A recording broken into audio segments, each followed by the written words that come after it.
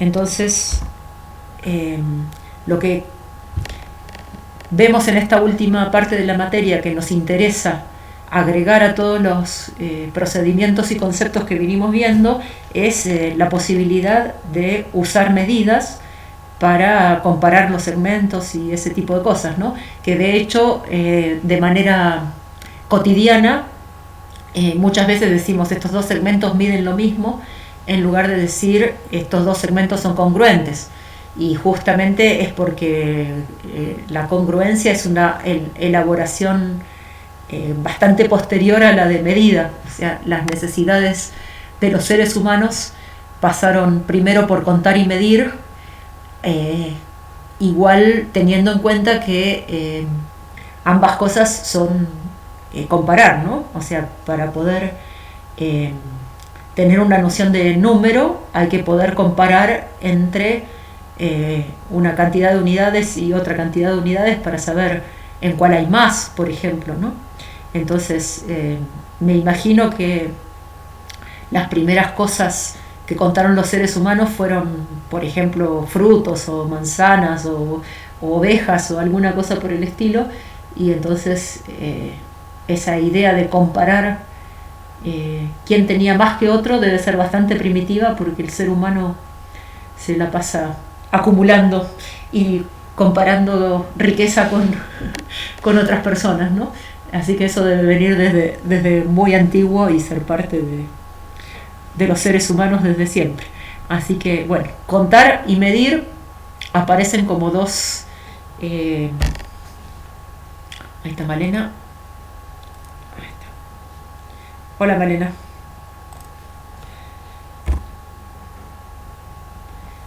Pasamos... Bueno, solamente estaba contando que lo que nos va a permitir el axioma de continuidad, que es el que ya introdujimos el lunes. No lo llegué. Sí, hicimos como una introducción el lunes de qué necesitábamos hacer, pero hoy voy a volver a repetir un poco, así que ya igual en PEDCO les habilité todo lo que tenía que ver con esta última unidad, que la diferencia este año es que dejamos esta parte de medir para plano y para espacio, para las dos partes juntas, que el año pasado hicimos una parte al final de la geometría del plano y otra parte al final de la geometría del espacio, pero esta vuelta decidí que hacíamos todo junto. Entonces, las cuestiones de contar y medir son como dos procedimientos que terminan siendo matemáticos, ¿no? Incorporados de las prácticas de los seres humanos, y que tienen que ver también con comparar ya sea cantidades o magnitudes, ¿no? Que entonces, ¿qué necesitamos para medir longitudes? Tener el instrumento con el cual medimos longitudes es la regla, ¿no? Y lo que vemos en la regla es que está graduada en unidades, ¿sí? Y que es importante también donde empieza la regla. Igual el axioma de continuidad supera un poco a lo que es la regla, porque justamente es toda la recta numérica la que vamos a poder habilitar, y eso me permite trabajar con números negativos. Cuando me limito a medir, siempre voy a trabajar con cantidades positivas o a lo sumo el cero, porque el resultado de una medición siempre es un número positivo, ¿no? Entonces, ¿cómo fabricamos la regla? Repitiendo, iterando la unidad a partir de ponerla en el origen, ¿no? Entonces aparece esta cuestión de que tenemos un segmento unidad, que lo vamos a denominar con esa U mayúscula, y tenemos también, no sé dónde dejé la virome que sirve para el tablet, lo habré hecho acá. Tenemos entonces la unidad, tenemos una recta sobre la cual es necesario marcar el origen, ¿sí? Por eso es que acá está marcado el punto U sub 0, ¿sí? O sea, las cosas que tenemos son la unidad, tenemos la recta, que la vamos a llamar A, y tenemos el origen, ¿sí? Y además nuestra recta está ordenada. En este caso, el orden está dado de izquierda a derecha, como suele suceder en las convenciones de que los positivos están hacia la derecha y los negativos están a la izquierda del origen. Entonces, lo que voy a hacer es agarrar esta unidad, y para marcar el 1 lo que hago es una copia de esta unidad, la pongo acá donde termina U, una copia de U. Tengo el primer segmento marcado en la recta, que empieza en el origen U sub 0 y termina en el origen U sub 1. Entonces, ¿de qué se trata medir? Se trata de pasar de los puntos a un número real, ¿sí? O sea, es este punto, si le aplico la función que mide, va a ir a parar al número real 0. A este punto, si le aplico la función que mide, voy a tener el 1. Por eso es que estamos acá distinguiendo entre U sub 0 y 0. ¿Por qué? Porque U sub 0 es un punto de la recta y 0 es un número real. Lo que pasa es que cuando uno está acostumbrado a que lo natural es haber conocido primero una regla y después preguntarse cómo se construye la regla, ¿no? Fíjense que estamos como identificando números con puntos, pero en realidad esa identificación es un poco no natural, porque la recta tiene puntos y la medida es un número. Por eso es que vamos a usar una función f que me permite tomar puntos en la recta y transformar asignarle a cada uno de esos números un número real, pero de acuerdo a ciertas reglas, ¿sí? Entonces, ¿cómo hacemos para obtener acá un segmento de medida 5? Lo que hacemos es repetir la unidad, me están faltando acá unos lugares, y por acá andará el U sub 5. Por eso es que en la primera les contaba que para construir la regla lo que necesitamos es repetir la unidad, pero en realidad también necesitamos tener algún procedimiento para poder dividirla a esta unidad que tenemos también, porque justamente vamos a necesitar medir la mitad del segmento o la cuarta parte, o por ejemplo acá les puse como ejemplo tratar de representar 7/5, ¿sí? Eso es de lo que se trató un poquito en la clase del lunes, ¿sí? Que es cuando necesito representar, o sea, esta función que estoy mirando acá es biyectiva. La voy a definir de la recta en los números, pero también puedo usar la inversa de esta función para ir de los números a la recta. Por lo tanto, si me dan el número real 7/5, le puedo encontrar un lugar dentro de la recta. ¿De acuerdo? Y entonces, ¿cómo voy a hacer para encontrar ese 7/5? Por empezar, veo que esto es 7 veces 1/5. ¿De acuerdo? Entonces, lo que necesito saber es cómo dividir en 5 partes a la unidad. Entonces, el recurso que se usa para poder hacer eso es mediante la función proyección paralela. Eso es la primera definición que van a encontrar en la unidad 3 del libro del plano, ¿sí? De los apuntes del plano. La unidad 3 empieza dando la definición de proyección paralela, que es una función que tiene como dominio la recta A y como imagen la recta B. ¿Cómo hago para asignar la imagen a un punto A, encontrar su imagen sobre B? Tengo una tercera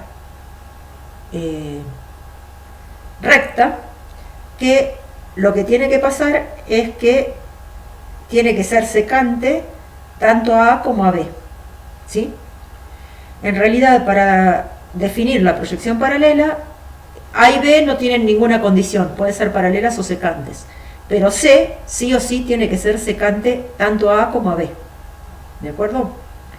Entonces, ¿cómo hago para asignarle una imagen a este punto P que tengo en A? Fíjense que si yo trazo la paralela AC por P, puedo encontrar en B un único punto, ¿no? Porque la recta C va a cortar a B en un único punto, porque tiene esta condición, ¿sí? Y resulta que si agarro cualquier otro punto de A y hago lo mismo, trazo la paralela y me encuentro acá con Q', a cualquier punto de la recta A le puedo encontrar su imagen en B, y además esta asignación es biyectiva porque estoy coordinando los puntos uno a uno, ¿sí? Fíjense que va a haber un punto fijo que es donde se están cortando A y B, que es ese punto, tiene por imagen el mismo. Y cualquier otro punto de A le encuentro la imagen trazando la paralela a B y vamos a ponerle S y acá va a estar S'. Entonces, ¿qué pasa con esta proyección paralela? Resulta ser bien definida porque para que una función esté bien definida, lo que necesitamos es que exista y sea única la imagen, y eso nos lo garantiza que hay una única paralela si esta es A y esta es B, ahora las dibujé paralelas pero da lo mismo, y acá tengo C. Si yo quiero encontrarle la imagen a esta, hay una única paralela a C que pasa por ese punto, y el punto donde corta B con C es único porque la paralela también es única, la que pasa paralela a C por B. Eso me asegura existencia y unicidad de la imagen. Para cualquier punto del punto A existe y es única su imagen. ¿Bien? Y por otro lado, esta correspondencia es biyectiva, porque tiene inversa, que es la proyección de B en A respecto de C. Y también lo que podemos ver es que es inyectiva y suryectiva. Cualquier punto tiene imagen, por eso es suryectiva, y puntos distintos de la imagen tienen preimágenes distintas, entonces es inyectiva. Bueno, repasemos de nuevo la función. Tenemos dados dos rectas cualesquiera, A y B, y la tercera sí tiene que ser secante a ambas. Entonces, a un punto P de A le asigno el punto de intersección entre B y la paralela AC por P. Ese P', que es el corte S, P' es un punto de B que está en la misma paralela a C, entonces le asigno como imagen a P el P'. ¿sí? Entonces esta función se conoce como proyección paralela si la considero de una recta, con dominio en una recta y codominio en la otra, ¿sí? Es una función biyectiva. Ojo con no confundir con una proyección de todo el plano sobre la recta B, porque esa no es una función inyectiva, porque todos los puntos que están sobre la misma recta vienen a parar al mismo punto, ¿está bien? O sea,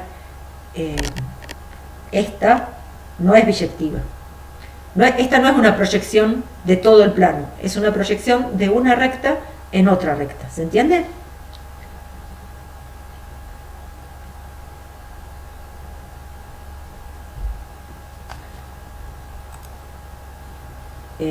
Puede ser que hayamos visto alguito en qué hacer.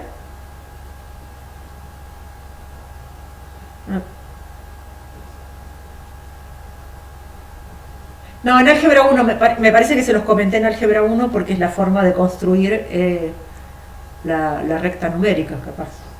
Pero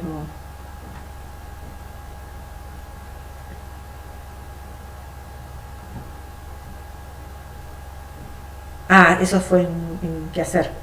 Bueno, lo que estamos haciendo ahora es construir la recta, digamos. O sea, si uno tiene la recta numérica y ponemos el origen, pero además tenemos con qué unidad queremos mirarlo, lo que vamos a hacer es poder poner todas las rayitas que se corresponden con números enteros por repetir la unidad, ya sea para este lado o ya sea para este lado. ¿Está bien? Y después lo que tenemos que poder asegurar es cómo escribir puntos que estén en el medio. Y resulta que lo que nos damos cuenta es que si esos puntos... ¿Alguien más pidió de entrar? No. Escuché un ruidito raro. No, en algún momento se va a poner Marce, pero dentro de un rato todavía. Así que cualquier ruidito me avisa. No estábamos en esta, estábamos todavía acá. Igual sí, lo que quería hacer yo era abrir una más. Bien, entonces vuelvo a poner lo que estamos queriendo. Me dan una recta ordenada, ¿sí? Que el orden es arbitrario, o sea, podría estar ordenada para allá o para el otro lado, pero hay que elegir uno de los órdenes. Después también tengo que tener una unidad, ¿sí? Y entonces, repitiendo esta unidad, poniendo a continuación de nuevo la unidad, me consigo todos los números enteros positivos. Si quiero, la pongo para el otro lado y me consigo los números negativos, pero también me puedo conseguir un número como 7/5. Yo estoy haciendo acá un poquito de abuso de notación y de lenguaje, porque fíjense que estoy poniendo como nombres los puntos, pero estoy haciendo referencia a los números, ¿sí? Entonces, no es que a alguien le traiga mucho problema estar pensando en hablar de U sub 4 como de 4, que de hecho es más cómodo hablar de 4 que de U sub 4, ¿no? Menos palabras. Pero en este momento lo que estamos queriendo es reforzar que para poder, que no es lo mismo este punto que su medida, ¿sí? Y entonces esa función que me va a permitir pasar de este punto U sub 4 a 4, ¿sí? En este momento me está interesando hacer notar de que no es tan directa la cosa, sino que estoy pasando por trabajar con una función que me está haciendo corresponder un punto con un número real. ¿Se entiende?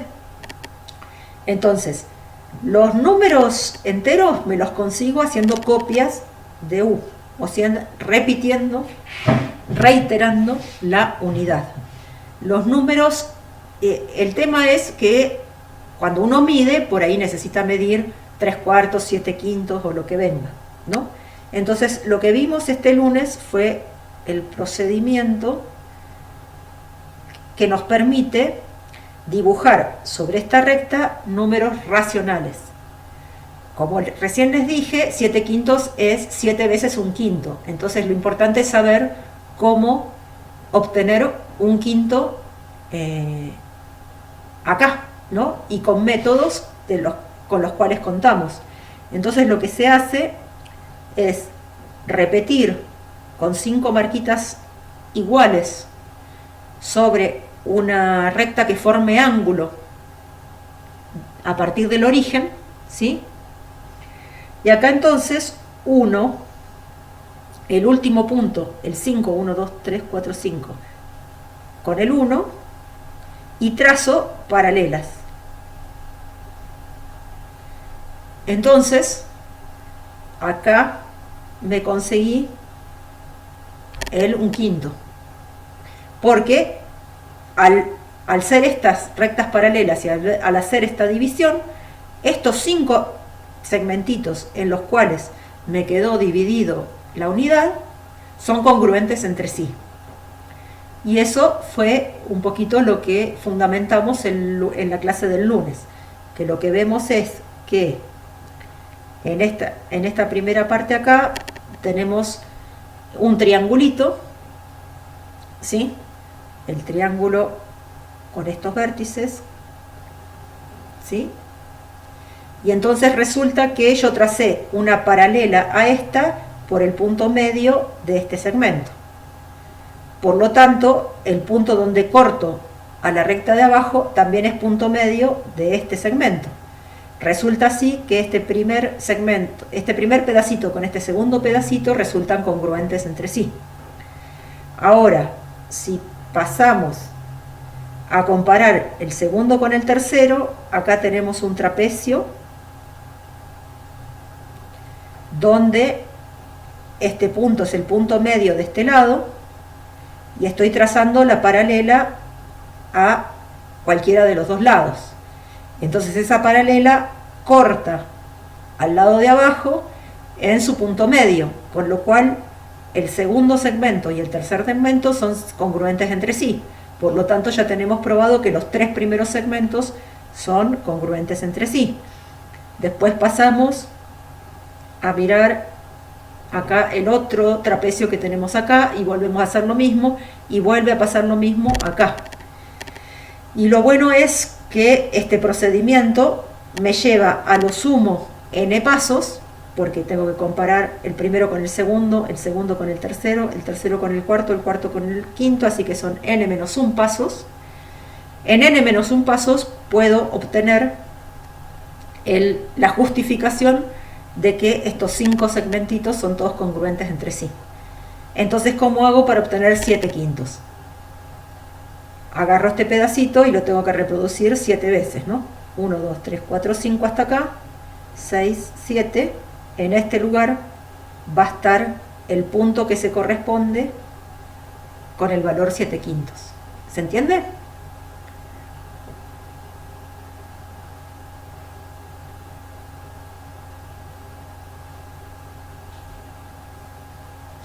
Sí. C sería esta, ¿no? No, la celeste sería A, para poder hacer la proyección paralela.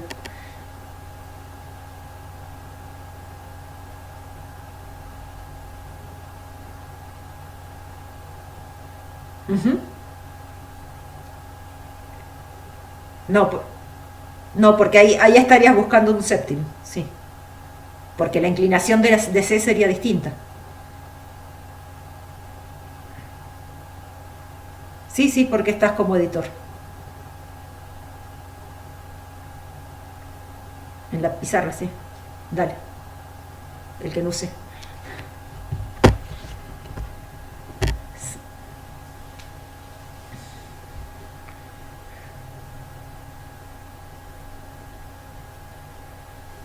Ahora te estás... Ahí dice que te uniste.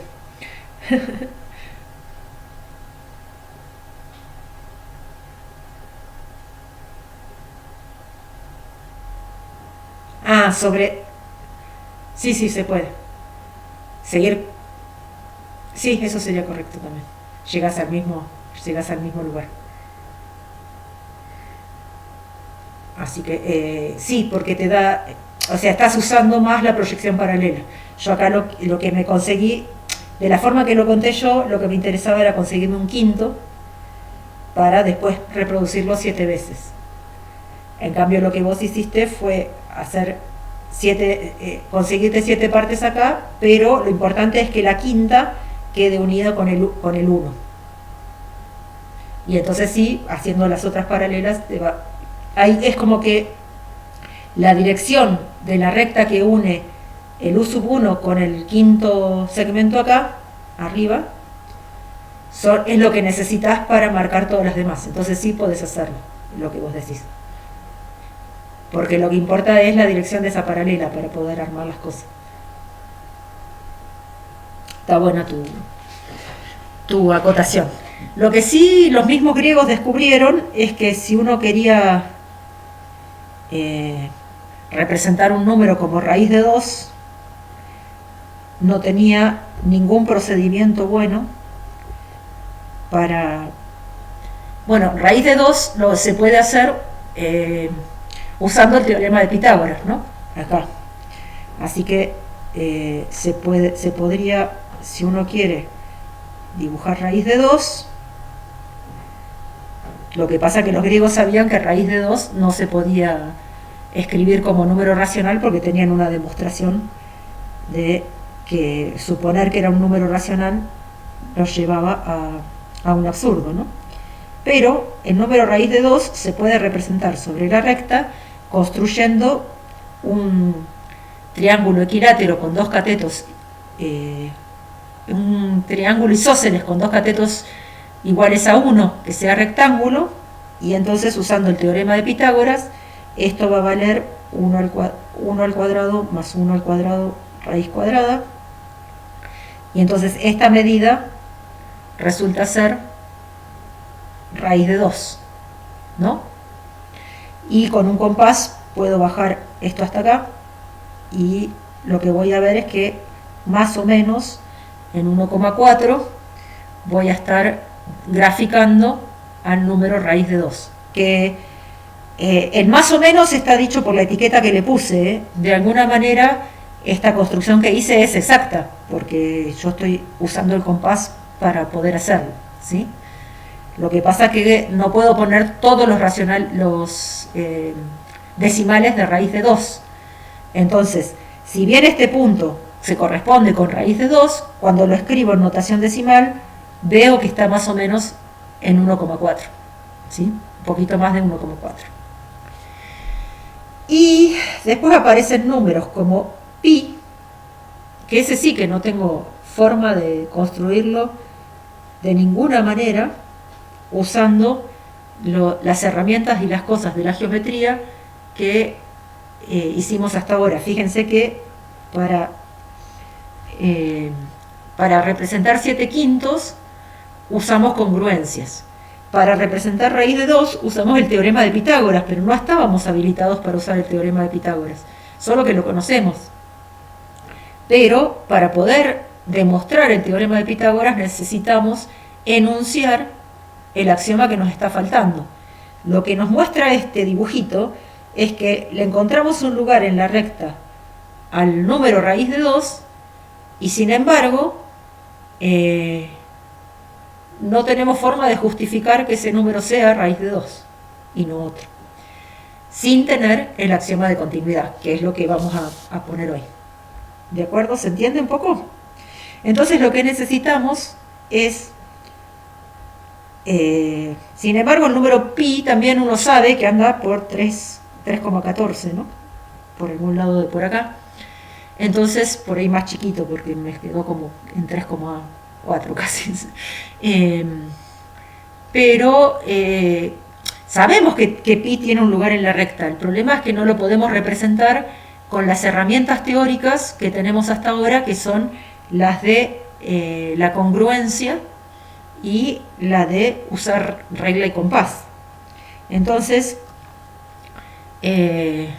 esta correspondencia que estamos viendo, que para algunos casos particulares encontramos que le podemos asignar un número a un punto de la recta, pero en otros casos es como que nos cuesta un poco, es mejor ponerla por axioma, digamos. O sea, lo que vamos a poner en un axioma es que esta función que va de la recta en los reales le consigue a cada punto P de la recta una medida que es un número, ¿sí? Y si yo lo digo como medida, estoy pensando en los reales positivos. Así que en realidad, como también quiero representar a los negativos,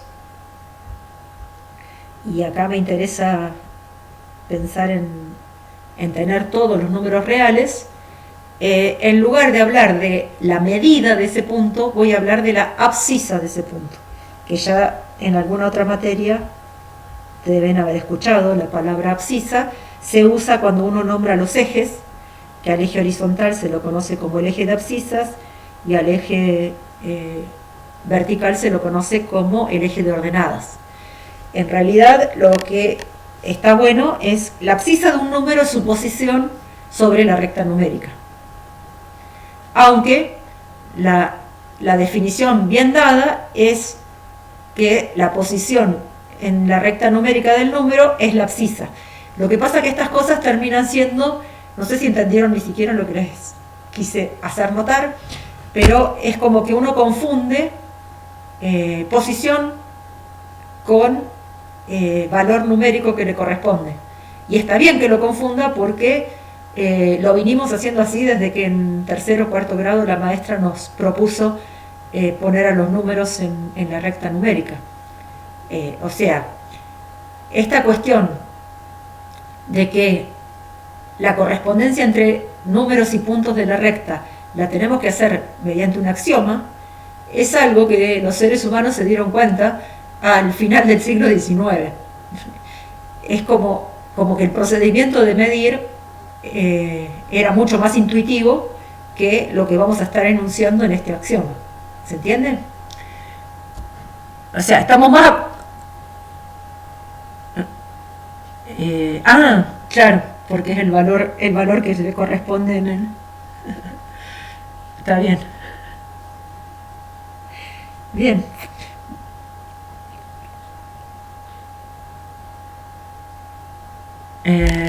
No, es que lo que pasa ahora es lo siguiente. Vos lo que tenés que poner por axioma es el primero de los ejes, ¿no? Y acá le asignás un 0, un 1 y todo lo demás.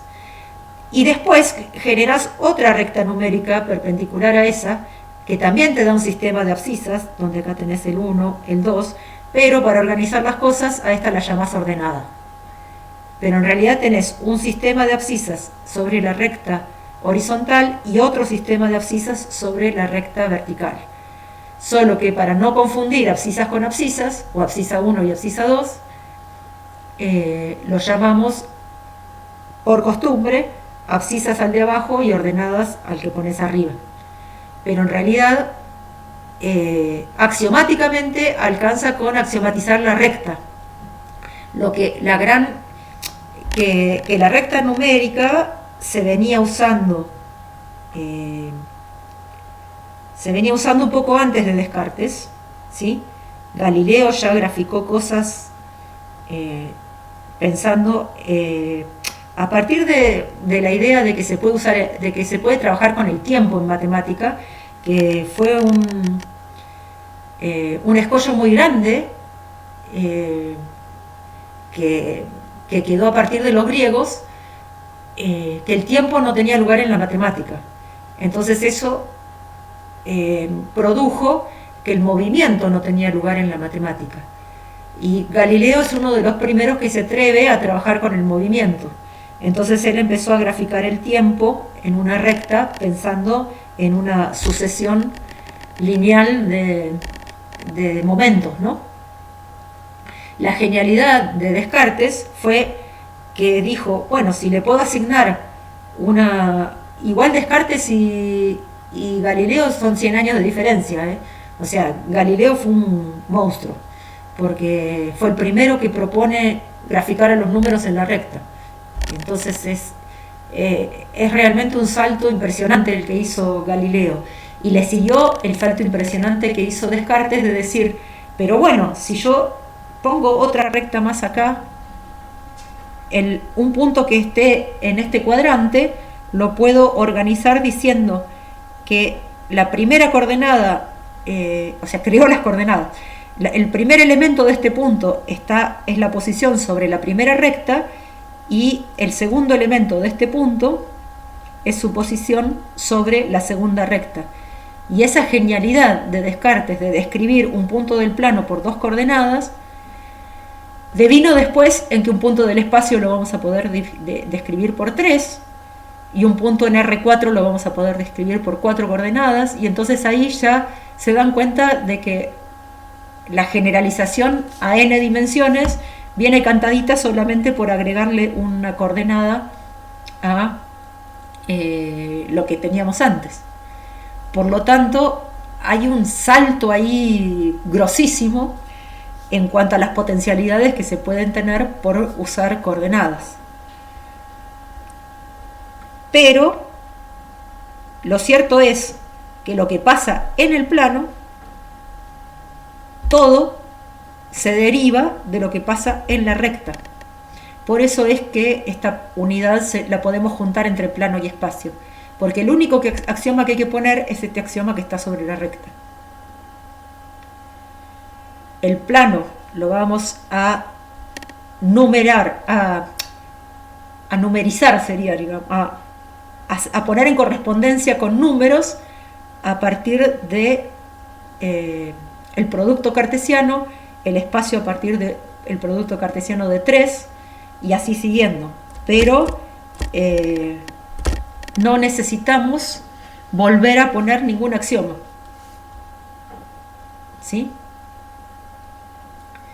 Alcanza con axiomatizar solamente la recta, porque para medir en el plano y para medir en el espacio, lo que hacemos es producto cartesiano o sea, estamos pensando en R2, que es R por R, donde cada R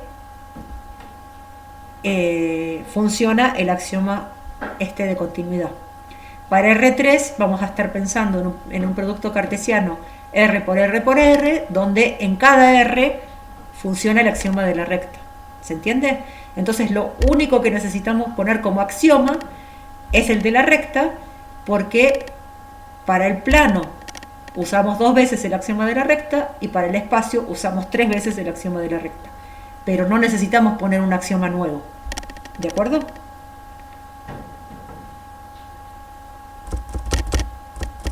Bien, entonces es muy importante que entendamos el axioma en la recta. Vamos a ver cómo, o sea, lo que hay que poner de manera teórica y por axioma es esta correspondencia entre números y puntos que veníamos acostumbrados a usarla desde siempre. Pero lo que estamos haciendo ahora es mirarle la parte teórica de lo que estuvimos haciendo de manera práctica y sin preguntarnos mucho hasta este mismísimo momento. ¿Está bien? Pero un tema importante de traer los números a la recta es que nos traemos un montón de propiedades de los números, porque lo que estamos haciendo acá es una correspondencia biyectiva entre los reales y la recta, y tenemos que hacerla por axioma porque la recta tiene formas de sostener y representar conjuntos numéricos más grandes que los números reales nada más, o más chicos. Si yo pensara, si yo no quiero usar este axioma y me quedo con todo lo que averigüé sin poner este axioma, todo lo que vinimos estudiando desde principio de año, yo puedo darle una forma ordenada a esta recta con racionales. El problema es que esa función no va a ser biyectiva, porque me van a quedar los agujeros de los irracionales. Pero me alcanza para medir tener puntos racionales sobre la recta A. Entonces este axioma trasciende un poco más de lo que es solamente medir, porque me está diciendo que voy a poder poner esta correspondencia de los reales con los puntos, y eso me va a permitir, mediante los ejes cartesianos, representar funciones, y me trae entonces a la geometría euclidiana, me estoy trayendo todas las herramientas del cálculo. Ahora voy a poder derivar, voy a poder integrar, voy a poder hacer un montón de cosas que hago en cálculo que no estaban permitidas por los axiomas de orden, ni siquiera tampoco por los de congruencia, sino que para poder usar derivada e integral necesito continuidad, y la continuidad la tengo recién al poner este axioma. Entonces, traerme este axioma que me conecta a los reales con la recta me da la posibilidad de utilizar todas las herramientas del cálculo ahora en la geometría, ¿sí? Y es por eso también que un poco se dejó de estudiar la geometría euclidiana al modo que la estuvimos viendo nosotros, porque la geometría analítica representa estudiar las mismas cosas de maneras diferentes, pero con instrumentos mucho más potentes, y por eso en muchos lugares se abandonó la enseñanza de la geometría euclidiana para reemplazarla por la enseñanza de la geometría analítica. El problema es que al ser mucho más poderosa deja más cosas sin explicar de las fáciles. Entonces lo cierto es que para poder entender bien la geometría está bueno entender bien la geometría euclidiana y después profundizar con la geometría analítica, ¿sí? Bueno, ¿qué más quería yo decir acá? No estoy borrando, Vamos a mirar de qué manera enunciamos este axioma y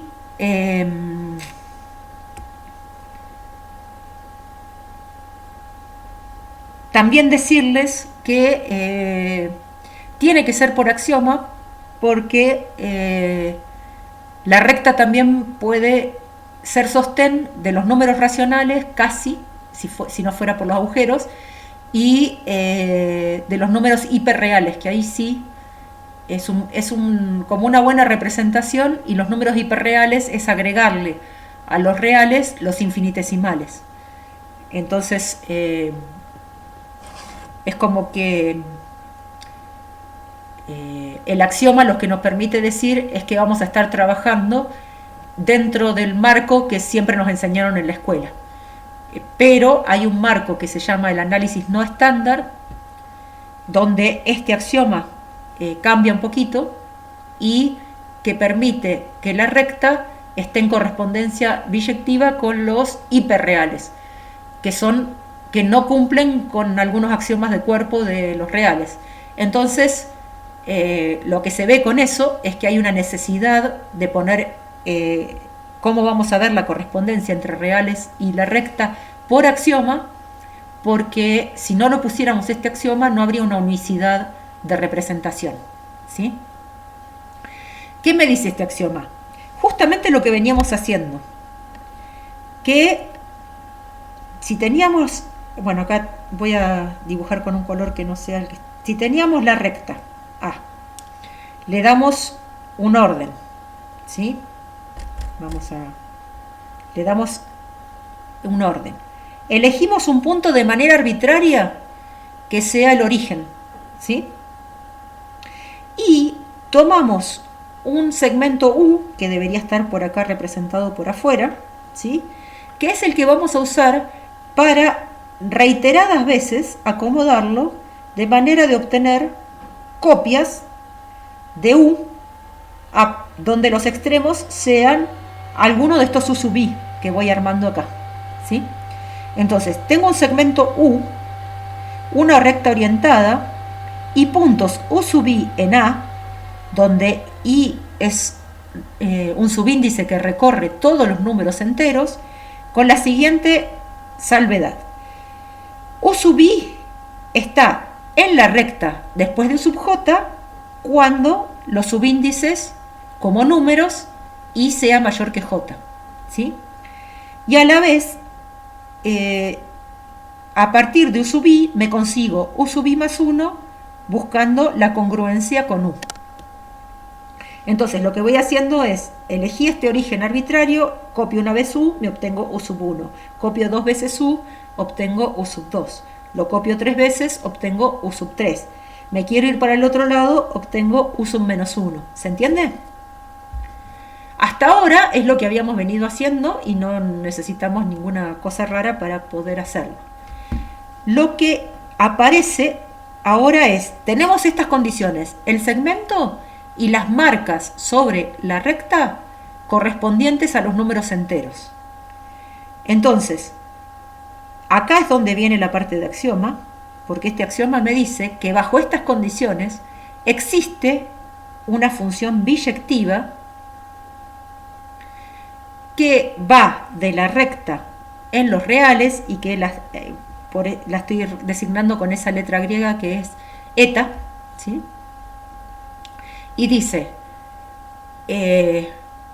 o sea, por decreto estoy diciendo que si tengo una recta donde puse todas las marquitas de los enteros, hay una función que preserva los órdenes, o sea que si yo le aplico esta eta a un punto A y le aplico eta a un punto B, donde A estaba antes que B, y acá uso, fíjense que el simbolito que usé acá es un menor, pero un poquito, ¿sí? Y acá voy a usar un menor de números. O sea, tengo dos relaciones de orden. La relación de orden que afecta a puntos de la recta y la relación de orden que afecta a números reales, ¿sí? Entonces, esta función eta preserva los órdenes, de manera que si A precede a B en el orden en la recta, entonces eta de A es menor que eta de B como números reales. Voy a sacar todo esto que escribí recién, porque vamos al punto 2 de lo que dice nuestro axioma. Cada número, cada puntito de estos que ya estaban numerados como U sub I, su imagen es el I que le corresponde como subíndice, ¿sí? O sea, eta de U sub I es el orden en el que estaban, porque estos ya me los dieron, ¿está bien? Y acá viene el punto 3, que es la novedad. ¿Y qué dice este punto 3 que es la novedad? Que estoy borrando.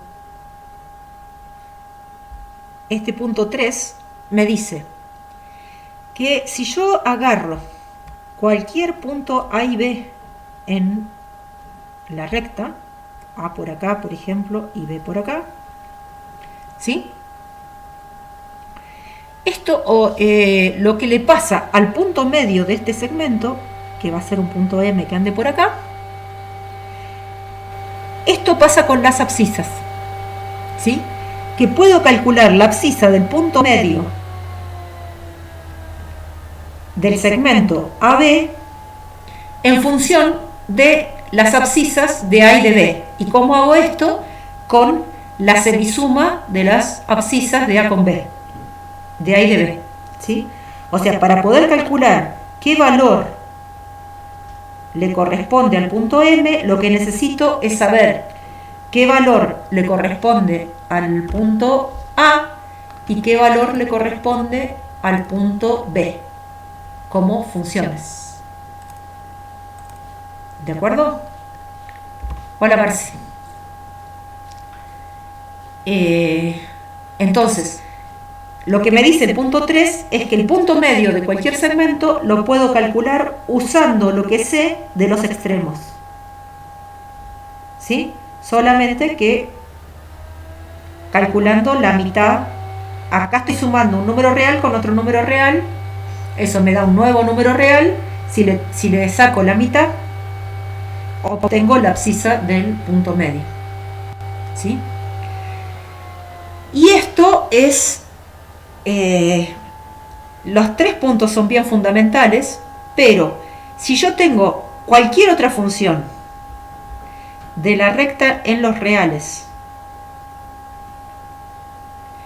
que a partir del punto del segmento U me marca los mismos puntos U sub I en A, que entre eta y F son los mismos puntos, y U es la misma, lo que me está diciendo este axioma es que F y eta son la misma función.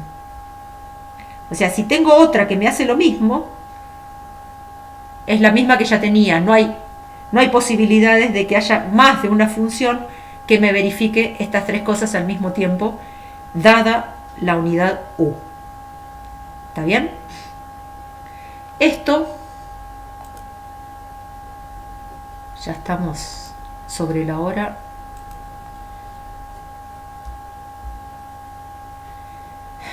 ¿Qué me está diciendo esta última parte? Yo voy a hacer una interpretación que es un abuso porque hace uso del mismo axioma. O sea, el axioma estamos diciendo que vamos a poner en correspondencia a los puntos de la recta A con los números reales, pero los números reales que los estoy poniendo acá en la ordenada ya los estoy escribiendo en una recta. Ahí es donde estoy haciendo un abuso, ¿sí? Entonces, si por ejemplo acá tuviera el U sub 1, su imagen va a ser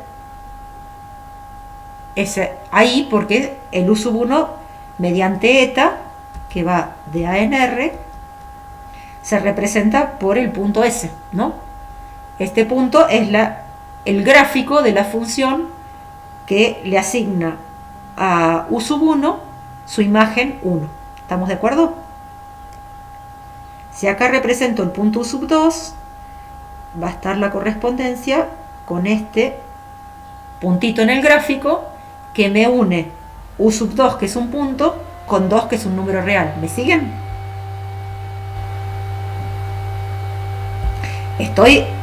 Es un tema complicado porque estoy abusándome un poquito, ¿no?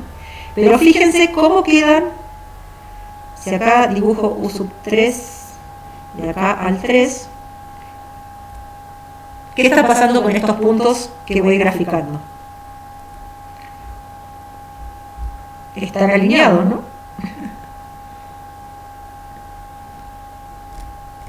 Claro, de alguna manera es f de x igual a x. Pero esto me sirve para mostrarles lo del punto medio. ¿Sí? Si esto es... ¿Cuál sería, si acá marco el punto que está entre U sub 2 y U sub 3? ¿Cuál sería su imagen? La semisuma entre 2 y 3. O sea, 5 medios. ¿Sí? O sea, 5 medios estaría acá. Y yo estaría uniendo este punto con este punto. Entonces lo que veo es que que de alguna manera no estaba incluido en los axiomas, porque lo hice a partir de U sub 2 y U sub 3, ¿sí? Ya le pude encontrar cuál era su valor numérico. Pero ahora le puedo encontrar su valor numérico al punto medio que está entre m y U sub 2. Y va a ir a parar también a la misma recta igual a x, o x igual a x, como decíamos antes. ¿Sí? Entonces fíjense que lo que me está pasando es que cualquier imagen de las que yo esté poniendo acá va a estar sobre esta recta. Entonces, una consecuencia de esto que parece medio tonto de decir que corresponde al punto medio le corresponde la semisuma de los valores, como consecuencia me está trayendo que esta recta la voy a poder llenar, o sea, el y igual a x, la voy a poder llenar de manera continua, porque no me puede pasar que la imagen de este punto medio me quede por abajo, porque la condición sobre los reales me la hace llevar a la recta igual a x. Entonces, no es que yo pueda encontrarme una función que haga así, que justo en los puntos que yo quiero. Ahora sí, se actualiza, porque no se está actualizando. Ahí está. ¿Ven? Yo esta la dibujé en la viborita, de manera que esté pasando por este punto, por este punto, por este punto y por este punto. Entonces podría ser una candidata a eta. Pero el punto 3, la condición del punto 3, que me está diciendo que punto medio tiene que ir a semisuma, me impide que mi función eta sea una viborita. Porque no puedo, este punto que está acá, puede ser que sea cierto que es que es punto medio de alguna cosa de por acá. Pero si voy a ver las imágenes, no puede estar acá abajo, tiene que estar sobre la recta. ¿Sí? Entonces, el punto 3 es el que me asegura la continuidad, y por eso este axioma se conoce como axioma de continuidad. Pero el punto 3 aislado tampoco me asegura el axioma de continuidad. Es el que es más clave de los 3 puntos que se ponen en el axioma en cuanto a que me revela la continuidad. Pero este punto 3 solito, sin el punto 1 y sin el punto 2, tampoco me asegura que exista esa correspondencia. Necesito tener las 3 condiciones para poder asegurar que la correspondencia entre puntos de la recta y números reales es biyectiva y bicontinua, que es lo que también voy a deducir a partir de este axioma. Bueno, en la clase del lunes, si quieren mirar, estamos por la diapositiva 9 y tiene 18, porque yo ya había empezado a enunciar los teoremas y cosas que vienen a partir de esto, pero vamos a mirar estas 2 definiciones que están acá y vamos a seguir trabajando con las consecuencias de este axioma el lunes a la mañana. Vos, Tomás, no estás a la mañana el lunes por Bariloche, sí, a la tarde te venís. Te vas a conectar a la mañana en la clase.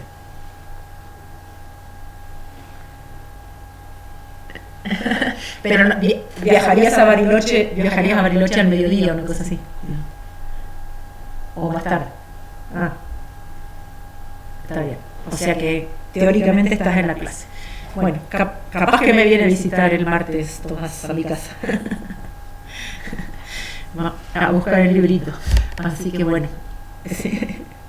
Total, va a estar en el club, así que le cuesta poquito ahora venir hasta mi casa. Después te paso bien la dirección y eso. Creo que ya se las pasé igual por WhatsApp, pero tenemos que volver a coordinar para eso. Y ¿qué más estaba por decir acá? Entonces, para cerrar con la clase de hoy, voy a dar estas 2 definiciones y les queda en el Jamboard para ir mirando cómo se usa este axioma en la demostración de teoremas, y el lunes entonces miraríamos estos teoremas que son consecuencias del axioma de continuidad, y resulta ser muy importante este axioma porque es el que nos permite hacer esta conexión entre números reales y puntos, y es el que nos permite medir. Por eso la primera definición tiene que ver con darle nombre a lo que recién armamos, que esto se llama sistema de abscisas, donde necesito tener como primera componente la recta ordenada, el origen, la unidad con la que voy a medir y como que las primeras tres coordenadas de esta cuaterna son las que me dan la recta, me dan el origen, me dan la unidad, y el axioma me asegura la cuarta componente de esta cuaterna, que es la función de A en R, que es única y que existe. Entonces, damos también el nombre a U de segmento unitario o de unidad, y a la imagen de cualquier punto de A por la función eta se va a conocer como abscisa del punto P. Entonces, si yo quiero ahora medir un segmento cualquiera en función de este sistema de abscisas, lo que tengo que hacer es transportar con una transformación rígida el segmento de manera que coincida el origen con la imagen del primer elemento. O sea, lo que tengo que conseguirme acá, a ver qué sigue, no. Lo que tengo que hacer acá es, yo quiero medir un segmento PQ y tengo mi regla por acá. Entonces lo que hago es, con una T que preserva orientación, traerme P a U sub 0 y Q a donde caiga por congruencia, ¿no? Acá estaría Q', ¿está bien? Entonces, una vez que me traje una copia de este segmento a la regla, puedo saber a qué número real le corresponde a Q', y esa va a ser entonces la medida del segmento. Fíjense entonces que de manera teórica lo que cambia respecto de medir es que uno lleva el segmento a la regla, en lugar de, como lo solemos hacer, tener una regla en la cartuchera y ir a medir. Si la necesito para medir una ventana, saco la regla y llevo la regla a lo que quiera medir. Es como al revés. Acá tendría que traer la ventana a donde tengo mi regla, ¿sí? Y eso es bastante incómodo. Por eso el primer teorema que vamos a demostrar es que la longitud del segmento depende nada más de la unidad que está elegida, y que es independiente de la recta sobre la que se considera el sistema de abscisas. Y eso también es un alivio, porque todas las reglas medidas en centímetros que andan por el mundo, más cortas, más largas, de madera o de plástico, todas miden con el mismo sistema. Entonces, no es que yo necesite, eso es lo que me permite llevar la regla al objeto en vez del objeto a la regla, porque para decir que algo está medido en centímetros, lo único que necesito es saber cuánto mide un centímetro. ¿Se entiende?